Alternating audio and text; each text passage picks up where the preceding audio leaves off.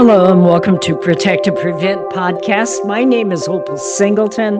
I'm the president and CEO of an organization called Million Kids, millionkids.org. And today we are going to talk about the connection between missing and runaway teenagers and minors sex trafficking or child sex trafficking, whatever you call it. So, Million Kids and myself have been involved in combating trafficking of all kinds, but especially child sex trafficking, for more than 15 years now.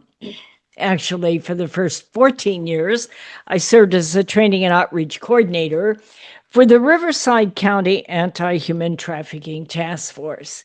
And it has been an incredible journey, I'll say that. I've worked with some of the most amazing law enforcement people you've ever met, and a whole lot of wonderful social workers and a lot of mental health workers and like that. And the whole idea, of course, is to keep kids out of it, do prevention and intervention, but also, of course, the intervention is the most important part.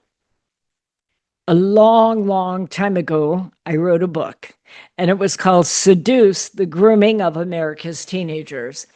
And I wrote that book because so many times people think that victims of trafficking are kidnapped. Now, I'm not going to say they can't be. I have seen cases where they were, or at least attempted kidnaps, and I've seen that right here in Riverside and San Bernardino County. But usually it is a crime of psychology. They lure the young person in with all kinds of false promises. And the next thing you know, that young person is out there in a living hell and doesn't know how to escape. The most common victim of trafficking is a missing and runaway teenager. And I've seen all kinds of statistics. The most common one we hear is that 1 out of 6, sometimes 1 out of 7 kids who go missing will be a victim of sex trafficking, oftentimes within the first 24 hours. And a lot of the reason for that is they get out there and they don't have any resources. They just know they don't want to be where they are at the time. And there's a lot of thinking about it. I was looking at one here that's being published in, I think it's called the National Child Protection Task Force. They say children don't just vanish, they run because something is pulling them or something is pushing them away. These are called push-pull factors, and they vary from child to child. Some kids leave in search of safety or connection or belonging. Others are manipulated into leaving by someone who does not have their best interests at heart. It goes on to say, regardless of the cause, one truth remains: runaways are high risk of exploitation, harm, and further disappearance. So I think that is really, really important. Runaways are the nation's largest segment of missing children at this point. They aren't just kids who broke the rule. They're often kids trying to escape a situation where they can't survive, or they're chasing a promise that turns out to be a trap. Whatever the reason, one thing is clear: when a child disappears, their risk skyrockets. Predators know how to find kids who are vulnerable, and the longer they're missing, the more danger they face. And that is from the National Child Protection Task Force. Well, I've understood that from the very, very beginning. And that's why Million Kids runs Million Kids Missing Kids. And we have for many, many, many years. And you can certainly participate in that. All you have to do is go to millionkids.org and sign up for our newsletter, and you automatically will be notified whenever we are doing a Million Kids Missing Kids flyer. We have literally sent out millions and millions and millions of flyers for families throughout the nation, and especially here in Southern California. In fact, if you are law enforcement and you want to, you can certainly contact us and get the information that you need need so that you can refer us. The reason I started Million Kids Missing Kids is because of the fact that, I think I have sat with so many people that are families of missing and runaway kids, and it's hell on earth. I mean, it is. These families, they don't know what to do. They don't even know where to turn. They don't know where to look, and they're scared. And they go down to the police department, and the police department right here in Riverside area gets about 600 missing teenage cases a month, 600 a month. And so they will file the report, but then that family goes home.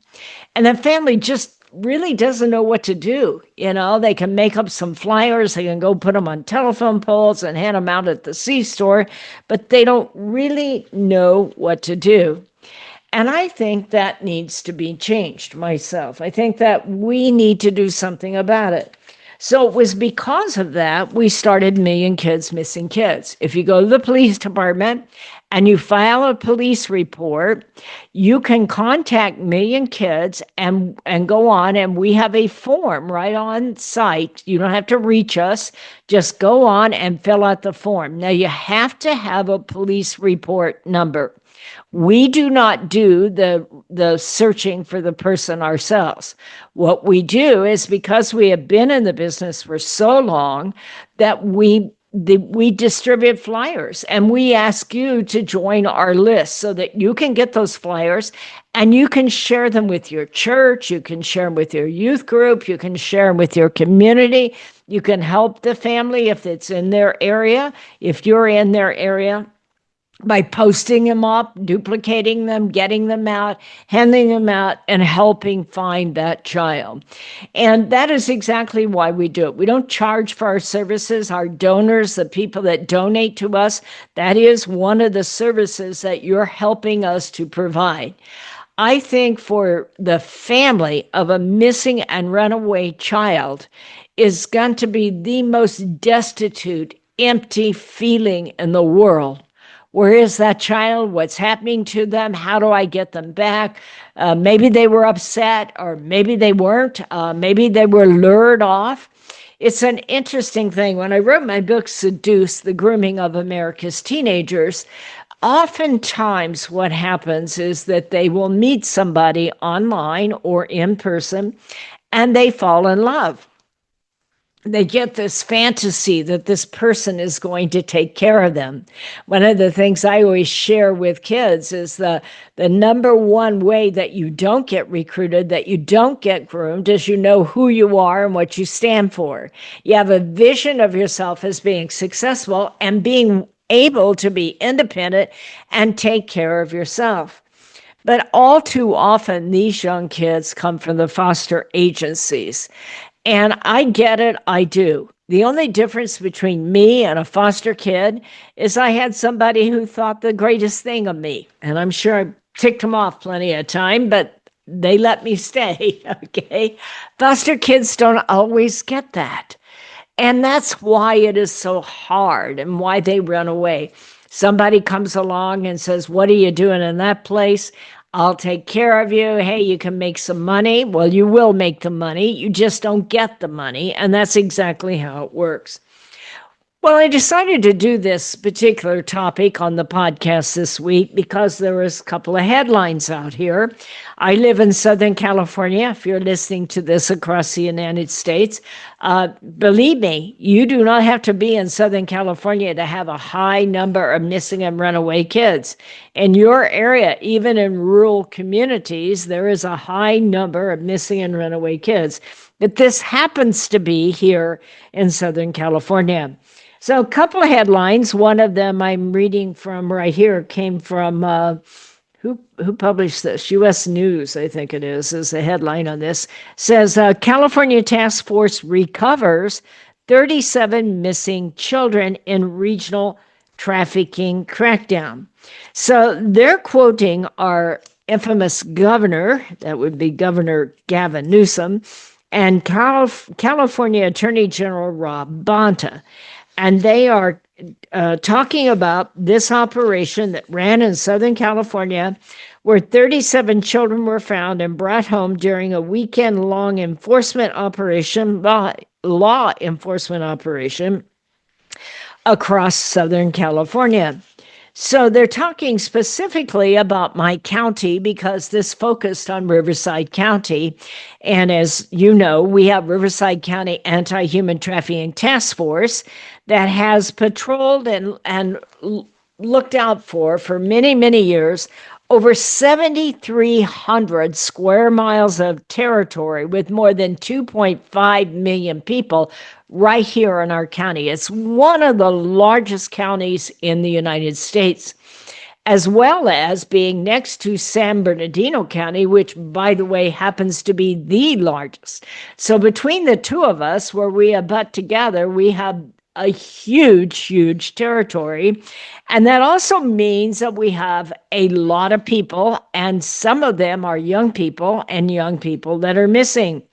So Gavin Newsom and Attorney General Rob Bonner are announcing the results of an operation that led to 7 arrests, including 1 federal arrest on child sex trafficking carried out by Homeland Security.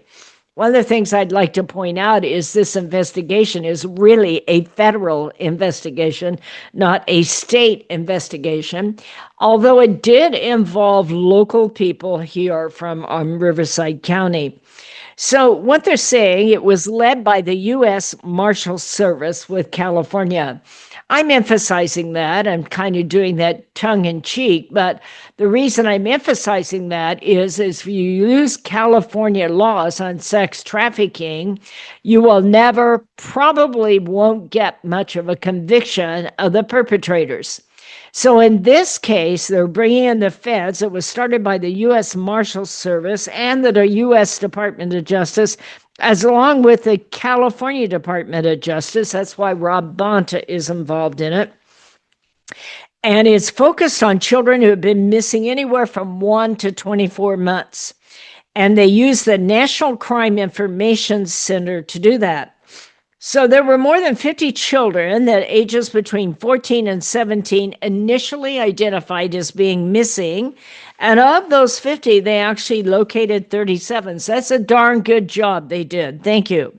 Investigators with RCAT, that is the Riverside County Human Trafficking Task Force, made the inquiries into the whereabouts of each child before deploying teams of law enforcement officers and social services workers to recover them. So I want to point out something here. This is progress. I remember when we first started working with the task force, they would go out and they'd get these kids, but they didn't bring along social service workers that could get them the resources they needed. And so one of the things that would happen is you'd pick up these kids that are missing and run away, and then in a short period of time, poof, they're gone again. But they have changed that now. They have people who are trained in how to do this intervention, especially if they are victims of trafficking. You see, this becomes a revolving door if you don't do it right. Because what has happened here is that pimps and predators know to focus on foster kids. Foster kids have a hole in their heart as big as the sky. They go to group homes and they often put in a female. You know, it's something like 1 out of 6 kids that are recruited by another female. And that is called a bottom. Now, I'm not going to call them what they're really called out on the street because I don't use that language, but let's say it's called a bottom girl, okay?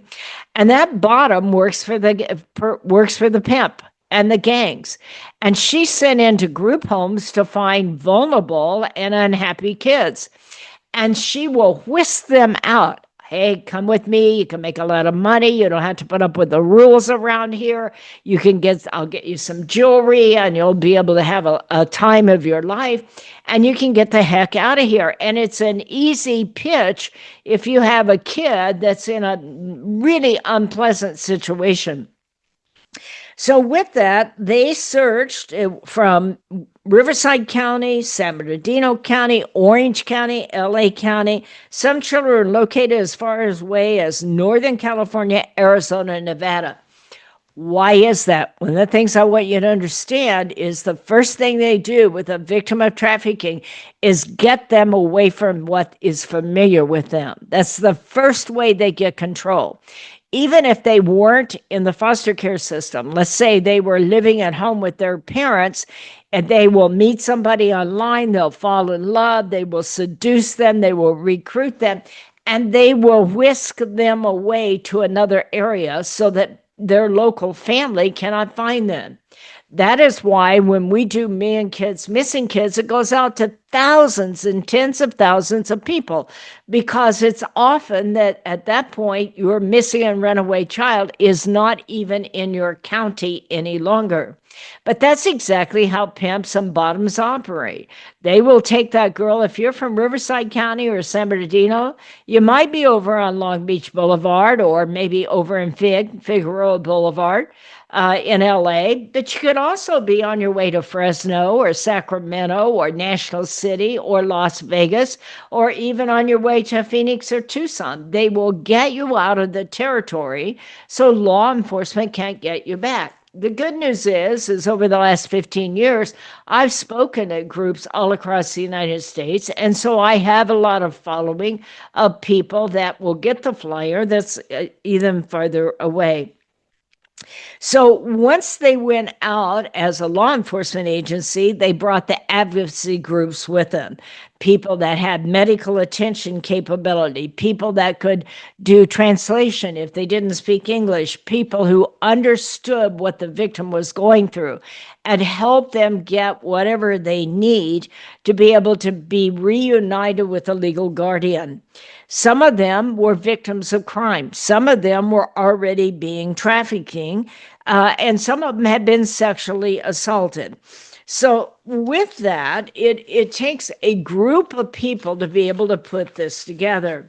They took out here several agencies from Riverside County, many of which I know, but including Rebirth Homes and Reach, that's the group from Hemet, and I love those folks out there, as well as people from NCMEC, National Center for Missing and Exploited Children.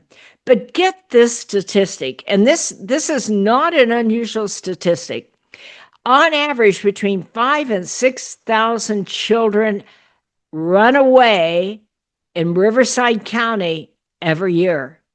5,000 to 6,000 kids. Do you realize what it takes to make that happen? Now, I saw another version of the same story, and they said that they ran at the same time that they were looking for the kids. They said that they were running a massive human trafficking operation ran by RCAT, Riverside County Human Trafficking Task Force, and run by a good friend of mine, somebody I highly value and trust. The youth rescued by the sheriff and the federal agents were provided victim services, medical support, and resources, and they were reunited with their family if they had a family to be reunited with. One of the suspects, they also went out there and they arrested 7 people during this intensive operation. So let me get this number straight. They rescued 37 teenagers and they arrested 7 people. And one of the suspects was arrested for child sex trafficking and is under investigation by the Department of Homeland Security. I want to point out that, okay? Try not to get political. It's very hard sometimes. But the laws in California make it very difficult to do this and actually get a prosecution. So by the feds coming in and running this operation, they were able to charge this guy under Department of Homeland Security on a federal charge that might stick and get it away from California laws. And this is really important. Somewhere in here, I'm going to tell you that one of the people they arrested, in fact, maybe I can get my hands on that part of it right away. Oh, here it is right here. Okay, here we go. The following official arrest was for Shannon D. Hilt. Now, Shannon can be a man's name or a woman's name, but I looked him up, and in this case, he's a male, and his official arrest record was reported on March 5th, 2026. But get this is not his first rodeo. And no surprise, these pimps usually are often multi-offenders. And so this is one reason I'm grateful they're running this on a federal charge to get it out of California, so they might be able to go after him. When you look this up, he's 30 years old, male in this, and he had priors. His priors was unlawfully cause a minor to engage in a commercial sex act. In there, he's on a bail. No, this is his new charge that he's facing. $150,000 in bail. His arrest location, get this, Figueroa Boulevard and Martin Luther King. But when you start to look up his previous, inflict corporal injury on a spouse or cohabitant, somebody he's living with, that was just 2024.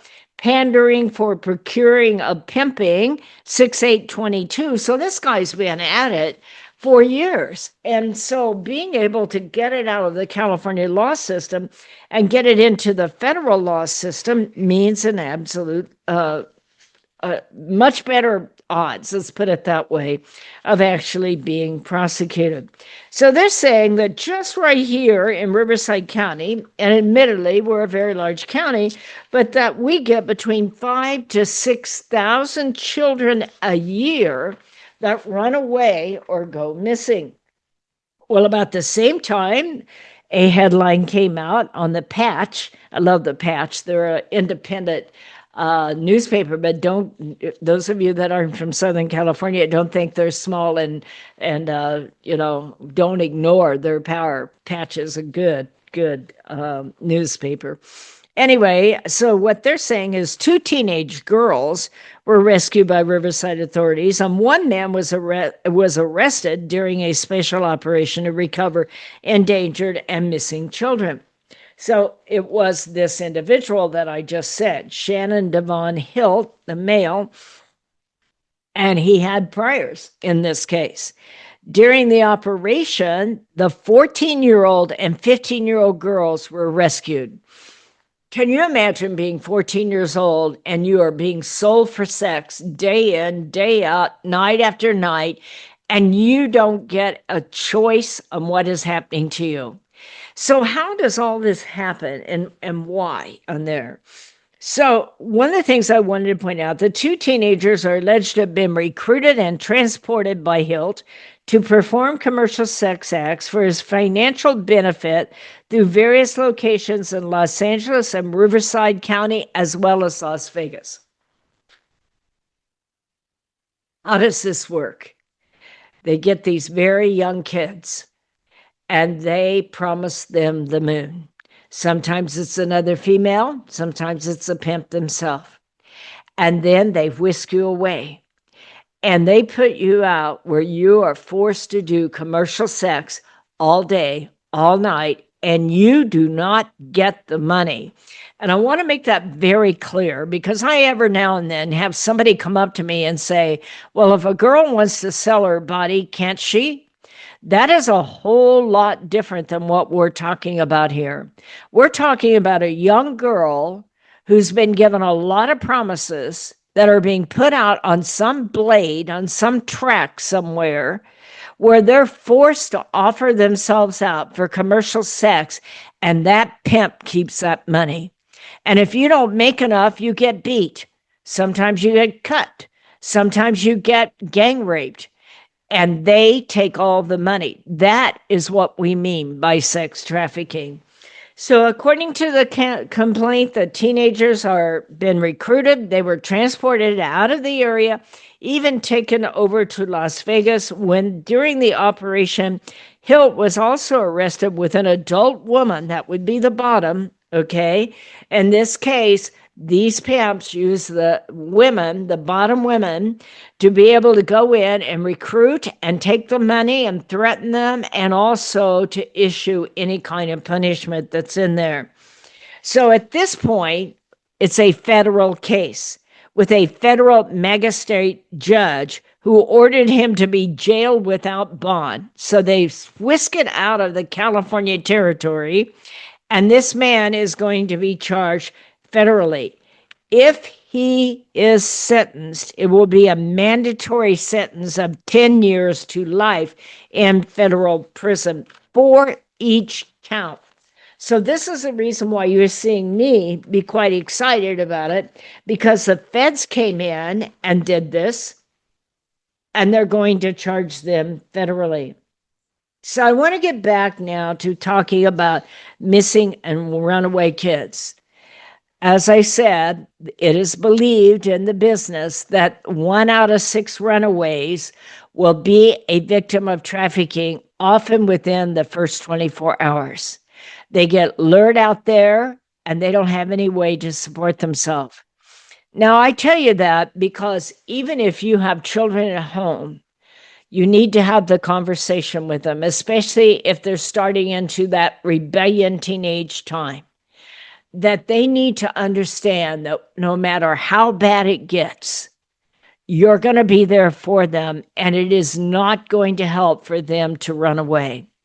Because that literally is what happens. You get out there, you believe them, and when you get out there, things go bad, very quickly, and you can't get away. You may not have any resources. How are you going to support yourself? What are you going to do for food? How are you going to take care of yourself? How are you going to get back home? It was one thing getting away. How do you plan to get back home if you ever decide to do it? So what happens, the reality of what happens is these young people get out there and they panic and they don't know what to do.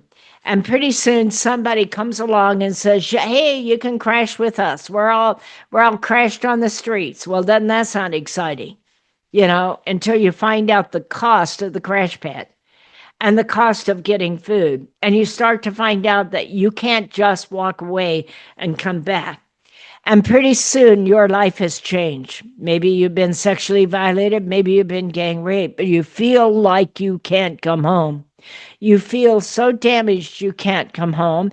And they make it very clear to you that they're not going to allow you to ever come back. And they will whisk you far, far away. And by that time, they are starting to tell you that you are damaged goods and there's no way back. And that is what keeps people bound once they get in the life of trafficking. I often suggest to faith-based organizations and parents and grandparents, you need to have that hard talk. There is no such thing as being so damaged you can't come home. In fact, if you're a Christian, there's no such thing as damaged goods. Okay, maybe you made a bad decision. Maybe you've made 2 bad decisions. Maybe you've made a string of them. But it is never too late to turn around and start over. Call for help, call home, and find out where you're at and get someone to come get you.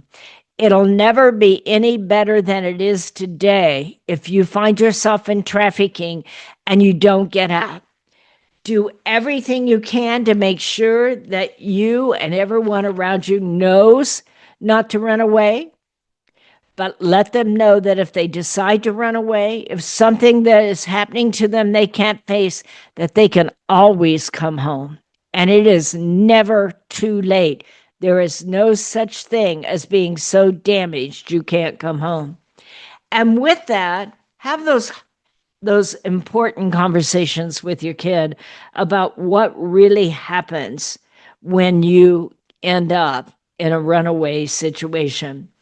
NCMEC says that 86% of child trafficking victims are girls, but boys are increasingly more targeted.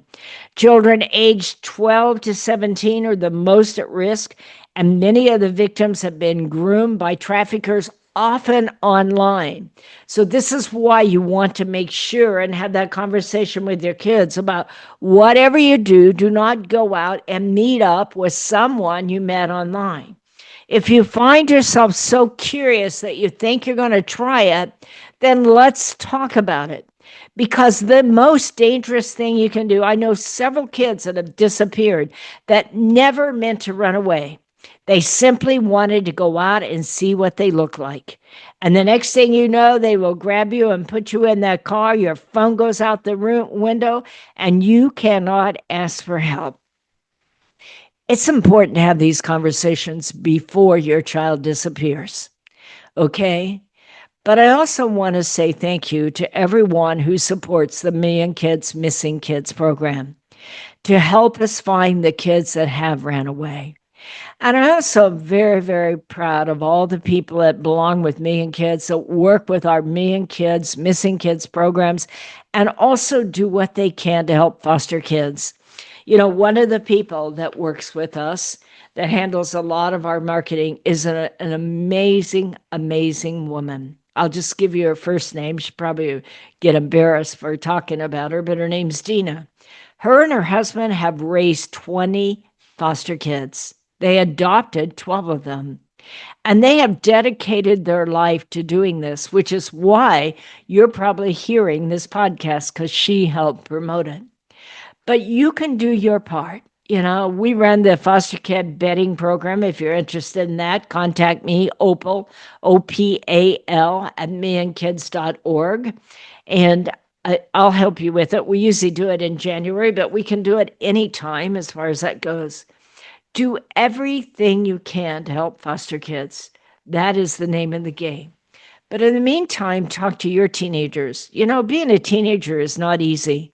You start in there at 11, 12, 13, you get bullied at school, maybe you don't fit in, you're flunking out, somebody said something bad about you, or you've got a photo out there that you can't get back, and it's a hard, hard time. But don't run away, okay? Let your kid know, no matter how bad it gets, even if we're not getting along, even if we get in a fight, we will get you counseling. We will do whatever we can. Don't get out on the street. Whatever it is, we'll find a way to work through it, because I love you. I'm proud of you. I believe in you. And I don't want anything like trafficking to happen to you. My name is Opal Singleton, and this is brought to you by Million Kids. millionkids.org. Please sign up for our newsletter. If you have it in your heart to support our work financially, you can go to millionkids.org. You can donate online. You can get that P.O. box and send in a check. I like those checks. I go to the P.O. box myself, for what it's worth, and I have been for many, many years.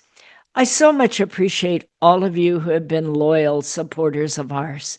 You know, we have sent out millions of flyers for missing and runaway kids. I'm very proud of the local task force. I'm very proud of the statewide task forces and the statewide attorney general. And I'm especially thrilled to see the feds involved, so that maybe we can get these creeps prosecuted and off the street. But we need to reach out to our kids first. Thank you for listening. If you want to reach me, it's Opal, OPAL, at millionkids.org. In the meantime, don't forget to look up my book, Digital Warfare, Our Kids on the Front Line. It's at Amazon. It is also on, Kindle, and the audio version, if you can stand my voice one more minute, is on millionkids.org. So let me know, and I'll see you next time on the Protect and Prevent podcast. Thank you for listening.